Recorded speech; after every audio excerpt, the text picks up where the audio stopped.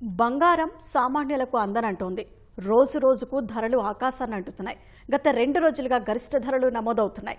బంగారం ధరలు ఎందుకు ఈ స్థాయిలో నమోదవుతున్నాయనే విషయాలను గోల్డ్ ఎక్స్పర్ట్ ప్రతాప్తో మా ప్రతినిధి శ్రీకాంత్ ముఖాముఖి. బంగారం ధరలు విపరీతంగా పెరుగుతున్నాయి. నిన్నటి నుంచి ఈ రోజు వరకు 1,00,000 మార్కు దాటిపోయింది. ఇంకా ఈ బంగారం ధరలు ఏ స్థాయిలో పెరగవచ్చు, అసలు ఈ పరిస్థితి ఎందుకు ఏర్పడిందని తెలుసుకోవడానికి గోల్డ్ అనలిస్ట్ ప్రతాప్ గారు మనతో ఉన్నారు. ఆయన అడిగి మరిన్ని వివరాలు తెలుసుకున్నాం. సార్ నమస్కారం. నమస్తే అండి. సార్, ఈ బంగారం ధరలు విపరీతంగా పెరిగిపోతున్నాయి. నిన్నటి నుంచి అంటే నిన్న హైయెస్ట్గా 1,00,000 రూపాయలు దాటిపోయింది. 24 క్యారెట్ల 10 గ్రాములు 24 క్యారెట్ల కొలిచేద్దాన్ని 10 గ్రాములు అది 1,00,000 రూపాయలు దాటిపోయింది. ఎందుకు ఈ స్థాయిలో బంగారం ధరలు పెరుగుతున్నాయి? దానికి కారణాలు ఏంటి అనుకోవచ్చు? యాక్చువల్గా బంగారం ధరలు మీరు గమనిస్తే లాస్ట్ 10 రోజుల్లో 10,000 దాకా పెరిగింది. మీరు ఒక 10 రోజుల క్రితం చూస్తుంటే కనుక 90-91,000 దగ్గర ఉన్నది. ఇవాళ రోజులు మీరు చూస్తే ట్యాక్సులు అన్నితో కలుపుకొని 1,02,000 దాకా వెళ్ళింది. సో ఈ 10 రోజుల్లో ఇంతలాగా ఎందుకు పెరిగింది? లేదు ఏప్రిల్ నెలలో ఎంత పెరిగింది, లేదు ట్రంప్ గారు వచ్చి టారిఫ్లు వేసిన తర్వాత ఎంతవరకు పెరిగింది, ఇవన్నీ కూడా మనం కారణాల కింద విశ్లేషించవచ్చండి. మొదటగా మనం చెప్పాలి అనుకుంటే కనుక ఈ టారిఫ్ వార్ ఏదైతే నడుస్తుందో అది ఒక ముఖ్యమైన కారణంగా మనం చెప్పుకోవచ్చు. అంతకంటే అంతర్లీనంగా అంటే దీని కింద ఇంకొక ముఖ్యమైన కారణం ఏముందంటే డాలర్ మీద జనాలకి నమ్మకం తగ్గిపోయింది. ఇన్వెస్టర్స్ ఎవరైతే యుఎస్ మార్కెట్లో ఉన్నారో వాళ్ళందరికీ కూడా యుఎస్ బాండ్స్ ఏవైతే బేసిక్గా యుఎస్ స్ట్రెంత్ అంటారు దాన్ని, ఆ బాండ్స్ మీద నమ్మకం చాలా తగ్గిపోయింది. ఎప్పుడైతే మీకు బాండ్స్ మీద నమ్మకం తగ్గుతుందో అప్పుడు ఆల్టర్నేట్ ఇన్వెస్ట్మెంట్ సోర్స్ ఏది అంటే కనుక బంగారం మీద పెట్టుకుంటారు. సో మీరు గమనిస్తే 2020లో US GDP and US debt rate 2 సమానంగా ఉండేవి. ఈ 5 సంవత్సరాల్లో అది బాగా పెరిగి ఇప్పుడు almost 120% of the GDP US debt ఉంది. అంటే ఈ రోజున మనం యుఎస్ని యాజ్ ఇట్ ఈజ్గా అమ్మేసినా కూడా వాళ్ళకున్న అప్పు తీరే పరిస్థితి లేదు. అంత దారుణమైన పరిస్థితుల్లో యుఎస్ ఎకానమీ వచ్చేసింది. దాంతో అక్కడ ఎవరైతే ఇన్వెస్ట్ చేస్తున్నారో డెప్స్ మీద కానీ లేదంటే బాండ్ మార్కెట్ మీద కానీ వాళ్ళందరికీ డాలర్ మీద నమ్మకం సన్నగిల్లింది. ఎప్పుడైతే డాలర్ మీద నమ్మకం సన్నగిల్లుతుందో ఆటోమేటిక్గా అవన్నీ కూడా తీసుకొచ్చి వాళ్ళు గోల్డ్ మీద పెడుతున్నారు. ఎందుకంటే ఎప్పుడైనా కానీ మీరు 70 నుంచి చూడండి, లేదు 60 నుంచి చూడండి, ఎప్పుడైతే ఫైనాన్షియల్ క్రైసిస్ వస్తుందో, లేకుంటే ఎకానమీ డౌన్ టర్న్ వస్తుందో, లేకపోతే రిసెషన్ అంటారు, రిసెషన్ వచ్చే అవకాశాలు ఎక్కడైతే ఉన్నాయో ఆ సందర్భాల్లో గోల్డ్ రేటు పెరిగింది. కాబట్టి గోల్డ్ రేటుకి ఎకనామిక్ రిసెషన్కి ఒక సంబంధం ఉంది. ఎప్పుడైతే గోల్డ్ రేట్ ఇంత బాగా పెరుగుతోంది అనిపిస్తే కనుక అదొక ఇండికేషన్ కింద మనం భావించవచ్చు, ఎకానమీలో ఎక్కడో కూడా ఏదో తేడా ఉంది, డౌన్ టర్న్ వస్తుంది ఎకానమీలో అని చెప్పి మనం భావించవచ్చు. ఇదో ముఖ్యమైన కారణం కింద మనం చెప్పుకోవచ్చు. ఓకే సార్, ఈ స్థాయిలో బంగారం అధికంగా పెరగడం గతంలో ఎప్పుడైనా చోటు చేసుకుంది? ఎందుకంటే దాదాపు ఒక 50 సంవత్సరాలను ప్రామాణికంగా తీసుకుంటే రేట్లు ఏ విధంగా పెరుగుతూ వచ్చాయి? ఒక్కసారిగా అంటే మీరు చెప్పారు 10,000 ఒక్కసారిగా పెరిగింది అని చెప్పి. ఎందుకు ఈ విధంగా? అంటే గతంలో చరిత్ర చూస్తే ఏ విధంగా ఉంది బంగారం ధర సంబంధించి? ఇప్పుడు మనకి 3-4 సార్లు రెసెషన్ వచ్చిందండి. 70, 72, 73లో ఒకసారి రెసెషన్ వచ్చింది. అప్పుడు బంగారం ధర ఆ రోజుల్లో 600, 500 నుంచి ఒక 100 రూపాయలు పెరిగింది. ఆ విధంగా మనం అనాలిసిస్ చేసుకుంటే కనుక ప్రతిసారి రెసెషన్ వస్తుంది, లేదు ఏదైనా ప్రాబ్లం వస్తుంది అన్నప్పుడు గోల్డ్ మీద దాని ప్రభావం కనపడుతుంది, గోల్డ్ రేటు పెరిగిపోతుంది. ఇప్పుడు ప్రతిసారి కూడా ఎకనామిక్ రెసెషన్ రావడానికి ఒక కారణం కనపడింది. ఫస్ట్లో 70లో వచ్చినప్పుడు ఆయిల్ ప్రాబ్లం వచ్చింది, దానివల్ల ఎకనామిక్ డౌన్ టర్న్ వచ్చింది అని. తర్వాత మీరు 2008-9లో చూసుకుంటే యుఎస్లో మీకు సబ్ ప్రైమ్ మార్టిగేజ్ ఇష్యూ వచ్చింది, పడిపోయింది. కరోనా టైంలో దానివల్ల మీకు గోల్డ్ రేట్స్ కొంచెం పెరిగాయి.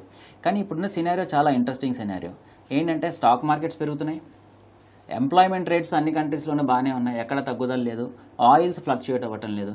ఏది జరగకపోయినా కూడా గోల్డ్ రేట్ ఎందుకు తగ్గడం లేదు, ఇంత భారీగా ఎందుకు పెరుగుతుంది అని కనుక మనం చిన్న విశ్లేషణ చేస్తే అండర్లయింగ్ ఫ్యాక్టర్ ఎక్కడొచ్చింది అంటే కనుక దాన్ని తవ్విన కొద్దీ లోపలికి వెళ్ళిన కొద్దీ మనకి అర్థమయ్యే విషయం ఏంటంటే కనుక యూఎస్లో డాలర్ మీద కానీ లేదంటే బాండ్ మార్కెట్ మీద కానీ నమ్మకాలు అన్నవి బాగా సన్నగిలిపోయాయి.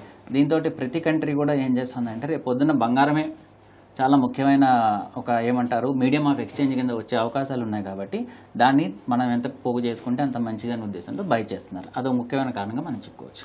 అయితే ఒక్కసారిగా అంటే స్టాక్ మార్కెట్ కానీ ఏదైనా కానీ అబ్నార్మల్గా పెరిగినప్పుడు ఒకసారిగా మళ్ళీ ఫాల్ అవుతుంటుంది, ఫాల్ డౌన్ చూస్తుంటాం మనం స్టాక్ మార్కెట్లో. ఇప్పుడు బంగారం కూడా డిజిటల్ మార్కెట్లోనే ఈ విధంగా ధరలు పెరుగుతూ పోతుంటే ఫిజికల్గా వచ్చి కొనేదానికంటే కూడా డిజిటల్ ట్రేడింగ్లో ఒక్కసారిగా పెరుగుతూ పోతుంది కదా. స్టాక్ మార్కెట్ లాగా ఇది కూడా ఒకసారిగా ఏమైనా డౌన్ ఫాల్ అయ్యే అవకాశం ఉంటుందా?